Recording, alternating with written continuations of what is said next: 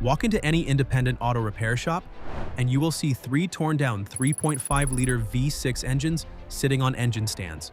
Toyota's 2GR, Honda's J35, and Nissan's VQ35. For the last 20 years, the general public has bought into a very simple, comfortable hierarchy. Everybody knows that Toyota build quality is bulletproof, Honda engineering is reliable, and Nissan build quality is complete junk. Ask any casual buyer, and they will tell you that a Toyota V6 will run for 500,000 miles on nothing but air and good intentions, while a Nissan V6 belongs straight in a junkyard scrap pile. After 20 years under the hood watching these three exact platforms cross the 200,000-mile mark, I can tell you that the public consensus is almost completely backwards. The engine everyone throws away is the one I would actually put my own money on. Meanwhile, the engine wearing the golden reliability halo hides a cheap rubber line that can destroy its bottom end in 30 seconds flat. And the engine heralded as a masterclass in Japanese engineering carries a factory feature designed to destroy its own piston rings for the sake of a fractional gas mileage gain. In the automotive world, bad reputations die hard, and good reputations shield terrible engineering choices. Today, we are opening up three of the most ubiquitous 3.5-liter Japanese V6 engines in history past the 200,000-mile mark. We are stripping away brand bias to reveal the exact metallurgical choices, design blunders, and cheap fixes that dictate whether these engines hit 500,000 miles or end up in a scrapyard. The bottom-end glory. Why the internals don't die. Let's start with the Toyota 2GR, the 3.5-liter V6 that powered the Camry, Highlander, Avalon, Sienna, RAV4, and half of the Lexus lineup for nearly 2 decades. Right out of the gate, credit must be given where credit is due.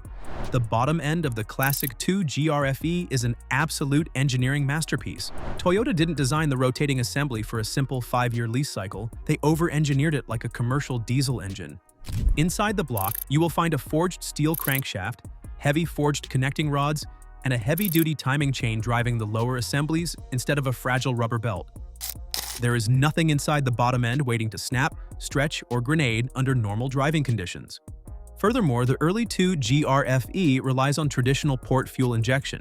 Fuel is sprayed directly into the intake ports right onto the backside of the intake valves. That continuous bath of gasoline washes away carbon deposits, keeping the intake tracks clean for hundreds of thousands of miles without needing chemical walnut blasting. It is completely common to see an early 2GR FE cross 300,000 miles without ever opening the bottom end. It is not a miracle. It is just how Toyota engineered the guts of the machine. The $23 rubber hose that kills a $6,000 engine. The legend of Toyota reliability is earned down low in the crankcase. The second you climb up out of that bottom end, the 2GR starts handing you massive maintenance bills. On engines built through early 2008, Toyota engineered an external oil feed line supplying high-pressure oil to the variable valve timing (VVTi) gear. Instead of building the pipe out of a single piece of solid metal, Toyota used a two-piece design with a soft rubber hose section right in the middle, positioned right where intense engine bay heat bakes the rubber.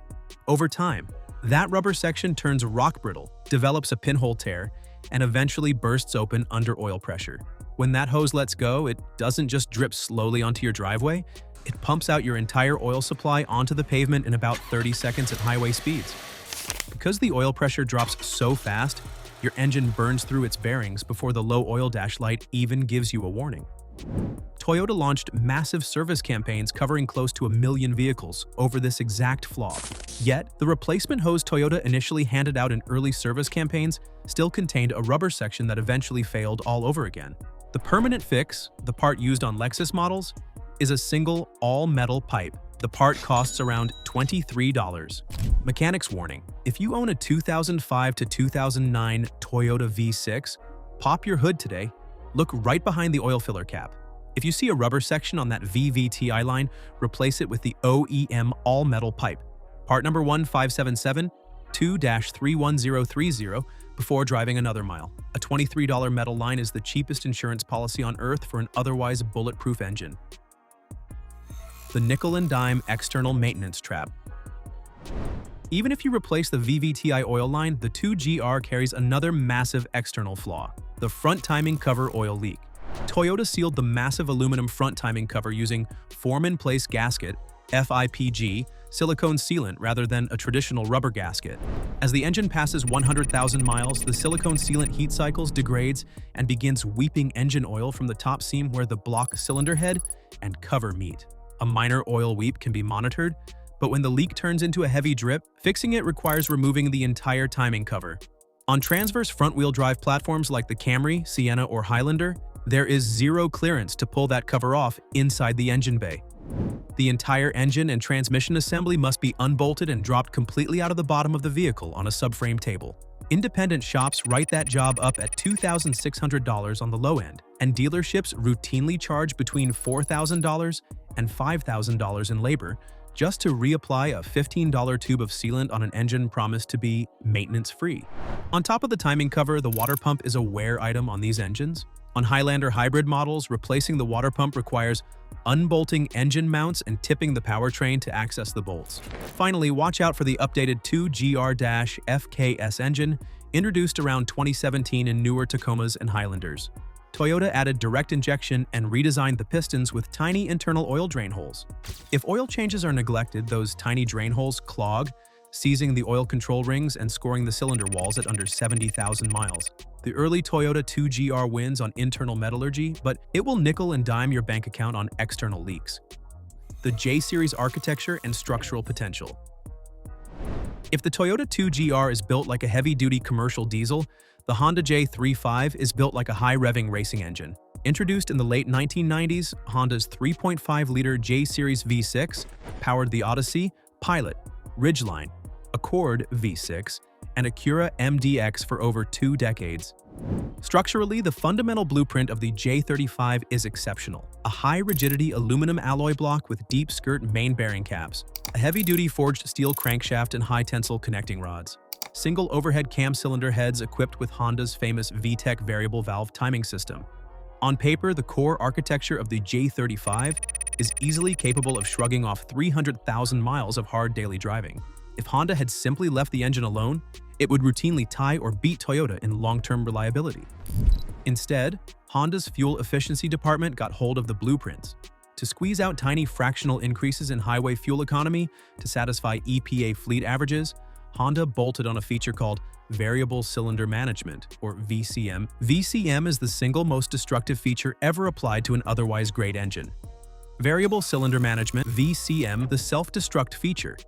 Here is how VCM works in the real world. When you are cruising down a flat highway at 65 miles per hour, the ECU signals hydraulic solenoids to disengage the rocker arms on a bank of cylinders, turning a 6-cylinder engine into a 3- or 4-cylinder engine to save gas. It sounds clever on a sales brochure. In physical reality, those dead cylinders are still pumping up and down inside the engine bay with their valves clamped shut. When a piston pumps up and down inside a sealed cylinder with no combustion pressure pushing back, it creates a massive internal vacuum. That vacuum pulls engine oil straight up past the piston rings into the combustion chamber. Do that for 60,000, 80,000, or 100,000 miles, and a destructive domino effect takes down the entire engine. Piston ring glazing. The continuous oil draw bakes carbon into the piston ring grooves, the rings stick, lose their tension, and the engine begins consuming a quart of oil every 1,000 miles. A burn rate Honda controversially dismissed in official service bulletins as normal consumption. Spark plug fouling. The burning oil fouls the spark plugs on the deactivated cylinders, causing persistent engine misfires, rough idling, and check engine lights. Catalytic converter destruction. Raw burnt oil travels directly down the exhaust manifold, clogging and melting the expensive catalytic converters. Replacing a set of Honda catalytic converters costs upwards of $2,000 to $3,500. Active motor mount failure. Because running a V6 engine on 3 or 4 cylinders creates intense physical imbalance and vibration, Honda had to equip these vehicles with complex, fluid-filled active control engine mounts, ACM, that use electronic actuators to counteract the shaking. The constant vibration destroys these active mounts every 50,000 to 70,000 miles, resulting in a $1,200 replacement bill. The issue became so severe that Honda faced a massive class action lawsuit covering nearly 1.5 million vehicles built between 2008 and 2013. Honda settled the lawsuit, extending the warranty on engine repairs to 8 years with unlimited mileage. However, Honda never redesigned the underlying VCM system. They revised the piston ring gap design in 2014, which didn't fix the problem. It simply delayed the oil burning until the vehicle passed out of its factory warranty window. The $100 solution and the maintenance requirements. If a customer drives a VCM-damaged Honda into a dealership with misfires and fouled plugs, the service advisor will quote anywhere from $3,500 to $4,500 to tear down the top end, pull the heads, and replace the piston rings. You do not need to pay that bill. You can bypass the entire VCM defect using an aftermarket device known as a VCM disabler or VCM muzzler, such as VCM-TUNER or VCM-UZZLER. This tiny $100 to $150 plug-and-play module connects directly to the engine coolant temperature (ECT) sensor in 5 minutes using basic hand tools. It alters the temperature signal sent to the car's computer by a fraction of a degree, keeping the ECU convinced the engine is still warming up. Because VCM only activates when the engine reaches full operating temperature, the cylinders never shut off. The engine runs on all 6 cylinders 100% of the time. The moment you install a VCM disabler, oil consumption drops dramatically, spark plugs stop fouling, engine vibration stops, preserving your expensive motor mounts. Throttle response improves immediately across all speeds. If you install a VCM disabler early in the car's life, a Honda J35 easily crossed 300,000 miles on its original internal components. There is one final maintenance requirement on the J35 that Toyota owners often forget: the timing belt. Unlike Toyota and Nissan V6 engines that use steel timing chains, the Honda J35 uses a rubber timing belt that must be replaced every 7 years or 105,000 miles, along with the water pump and hydraulic tensioner. Because the J35 is an interference engine, if that rubber belt snaps due to age or neglect, the pistons will slam directly into the open intake and exhaust valves at high speed, instantly destroying the engine block. Finally, buyers shopping for newer 2016 to 2020 Honda and Acura models equipped with the direct-injected J35Y6 engine must verify recall history. A major manufacturing defect involved improperly ground crankshaft journals from the factory, which wore down connecting rod bearings, resulting in a recall of over 240,000 vehicles, and subsequent federal investigations covering over 1.4 million vehicles for engine lockups. If you buy a Honda V6, budget for a timing belt change, check the recall records, and install a VCM disabler on day 1. The terrible legacy: the VQ35DE 2001 to 2006. Ask almost any mechanic or enthusiast about the Nissan 3.5-liter V6, the famous VQ35, and they will instantly roll their eyes. The VQ35 ran in the Maxima, Altima, Murano, Pathfinder, 350Z, and Infiniti G35. On paper, it was a multi-award-winning engine when it debuted, but as these vehicles aged past 80,000 miles, early versions earned a terrible, well-deserved reputation as notorious oil burners and unreliable money pits. The early version, known as the VQ35DE, suffered from 2 glaring engineering flaws stacked directly on top of each other: weak piston ring pack and ovaled bores. The factory piston rings were prone to premature wear and cylinder wall clearance issues, causing the engine to consume upwards of a quart of oil every few hundred miles under hard driving. Pre-catalytic converter ingestion. To meet strict cold start emission standards, Nissan mounted small pre-catalytic converters directly against the exhaust manifolds, inches away from the cylinder heads. As the engine aged and ran hot, the ceramic honeycomb structure inside those close-coupled converters began to crumble into fine ceramic dust. During deceleration, the engine created negative manifold pressure, drawing that abrasive ceramic dust back through the exhaust valves directly into the cylinders. That ceramic dust acted like liquid sandpaper, scoring the cylinder walls, destroying the piston rings, and causing catastrophic, irreversible oil consumption. High-output manual models from 2005 and 2006, known as the rev-up engines, burned oil so rapidly that Nissan replaced thousands of complete engine blocks under factory service bulletins. The game changer, the VQ35HR 2007 Plus. Here is where the narrative completely flips, and where almost everyone in the used car market loses the plot. In 2007, Nissan's engineers went back to the drawing board and completely overhauled the engine block to fix every single weakness of the DE. The result was the VQ35HR, a high rev. Nissan didn't just update a few sensors, they completely redesigned the engine architecture. They redesigned the cylinder block with a higher deck height and longer connecting rods to reduce sidewall thrust friction. They upgraded to heavy-duty, heat-treated piston rings that eliminate blow-by and oil consumption. They repositioned the catalytic converters further down the exhaust stream, eliminating ceramic dust ingestion entirely. They added dual intake tracks, upgraded to 3 heavy-duty timing chains, and reinforced the main bearing ladder. The VQ35HR does not burn oil. Go read enthusiast forums or talk to mechanics who work on later 2007 plus models. The guys running HR blocks routinely cross 250,000 to 300,000 miles on original internals without ever touching the oil pan. Because the general public conflated every Nissan V6 with the flawed 2003 DE engine, nobody updated their opinion. They wrote off the entire VQ family family as garbage, inadvertently creating one of the absolute best used car bargains on the market today. Real-world maintenance and value proposition. The VQ35HR isn't flawless, but its primary real-world vulnerability is cheap and easy to manage if you catch it early. Behind the front timing cover sit small paper oil gallery gaskets that seal the oil passages, supplying the variable valve timing system. On 2007 through 2012 models, those factory paper gaskets can degrade over time, leading to a drop in internal oil pressure. If the oil gallery gasket blows, the low oil pressure trips an engine code and limits top-end performance. Replacing those paper gaskets with modern steel-reinforced aftermarket gaskets fixes the issue permanently. Furthermore, while the VQ uses 3 timing chains that last the life of the engine, the plastic timing chain guides and tensioners can develop a mild cold start rattle past 150,000 miles, a basic maintenance refresh rather than a structural engine failure. Because of the brand's poor public perception, a clean, low-mileage used VQ35HR engine out of a salvage yard sells for $400 to $700.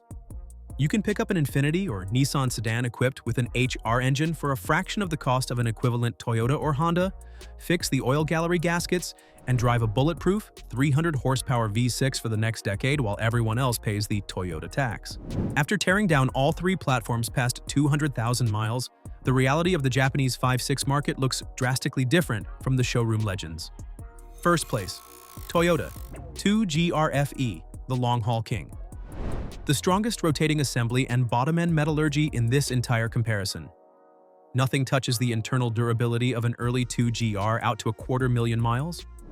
You must verify that the $23 all-metal VVTi oil line has been installed, and you must budget for an expensive front timing cover oil leak repair somewhere past 100,000 miles. Approach modern 2017 plus direct-injected 2GR-FKS models with caution. Second place, Nissan VQ35HR, the smart money sleeper. The absolute best value per dollar on the used market. The updated 2007 plus HR architecture erased the oil-burning sins of its past, offering exceptional high RPM durability for pennies on the dollar. Run a compression test on any pre-2007 VQ35DE before buying, check oil pressure on HR models to verify the oil gallery gaskets, and replace cold start timing chain tensioners past 150,000 miles. Third place, Honda J35, the misunderstood heartbreaker. A structurally fantastic VTEC engine ruined by factory EPA-mandated gimmicks. In stock form, variable cylinder management will wreck the piston rings, spark plugs, catalytic converters, and motor mounts. Never buy a Honda V6 without either a VCM disabler already installed or a firm plan to bolt one on the day you drive it home. Factor in mandatory $800 to $1,200 timing belt replacement cycles every 7 years or 105,000 miles. Bad reputations shield bad engineering, and good reputations charge a heavy premium for hidden flaws. Which engineering trade-off are you willing to live with? Are you paying the premium for Toyota's bulletproof bottom end, plugging a $100 disabler into a Honda J35, or taking advantage of the used market bargain on a Nissan VQ35HR? Drop your real-world mileage milestones, shop repair invoices, and engine debates down in the comments section below. Let's fight it out. Hit that subscribe button to keep your capital safe from bad car purchases, stay savvy, and I'll see you in the next one.